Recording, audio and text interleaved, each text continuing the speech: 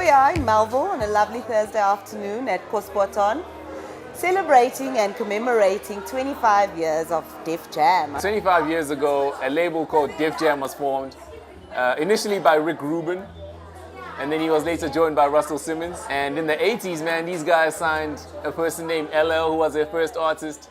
From LL, they signed the Beastie Boys. They also signed Run DMC.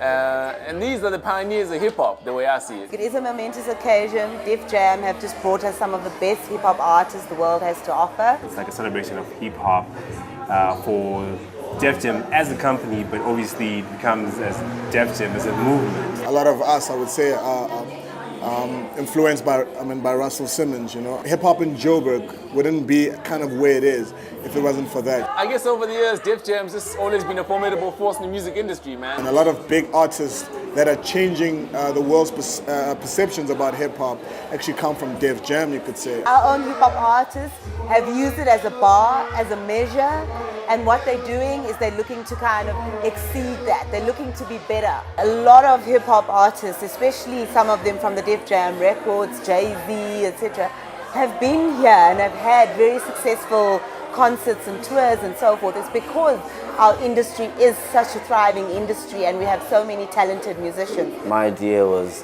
also to bring underdogs as opposed to bringing famous people. It's pointless to expose artists who are exposed to journalists. So I want them to walk away today with having learned about some artists that may be famous in the near future. Lana for today is a lady called Fifi. She's pretty new in the industry.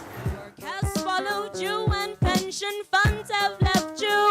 It rests. Yeah, kuch I love that. Yeah, kuch I love that. Yeah, kuch I love that. Over. Wait, 16 and bitter thoughts. Her siblings being the major cost. There's a poet called Quaz. He tends to be labeled a conscious poet because of the awareness that he speaks about that surrounds our society. Ladies and gentlemen, right on stage, Quaz. Insecure little girls page through magazines and feel compelled to reconstruct God's art with plastic surgery. See, we walk the earth confused with plastic beliefs and philosophies, while plastic leaders feed the masses plastic promises. He has got a very magnificent way of capturing your imagination. He's coming from a deep place where he's got so much to say. Pursued by worldly desires trying to force me, of course. Of course, my mind plays host to many personal wars. Blood spilt on the floors of my sanity. We are all free spirits caged in a physical reality, dancing with Lady Eternity in a short skirt of uncertainty, waiting in fear for death to set us free. And a beatboxer called Osmic, same. He's been around in the industry as a beatboxer and MC and other things, but today he's specializing with his beatboxing.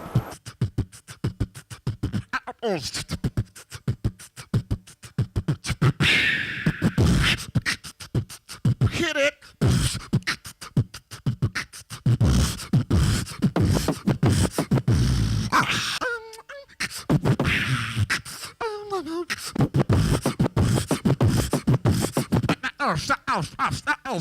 They are very talented and they're not trying out. They are superstars who just still need our own support. I think we've come a long way. And we do actually support our local hip-hop artists. As a young black, as a South African, I like to have that kind of a space where I can express myself. It comes from within yourself, you know, and that's the thing about it. The thing with hip-hop is you gotta localize it. As soon as guys start spitting in vernac, which guys do, people like Pro Kid and all that, then I think we're gonna get somewhere.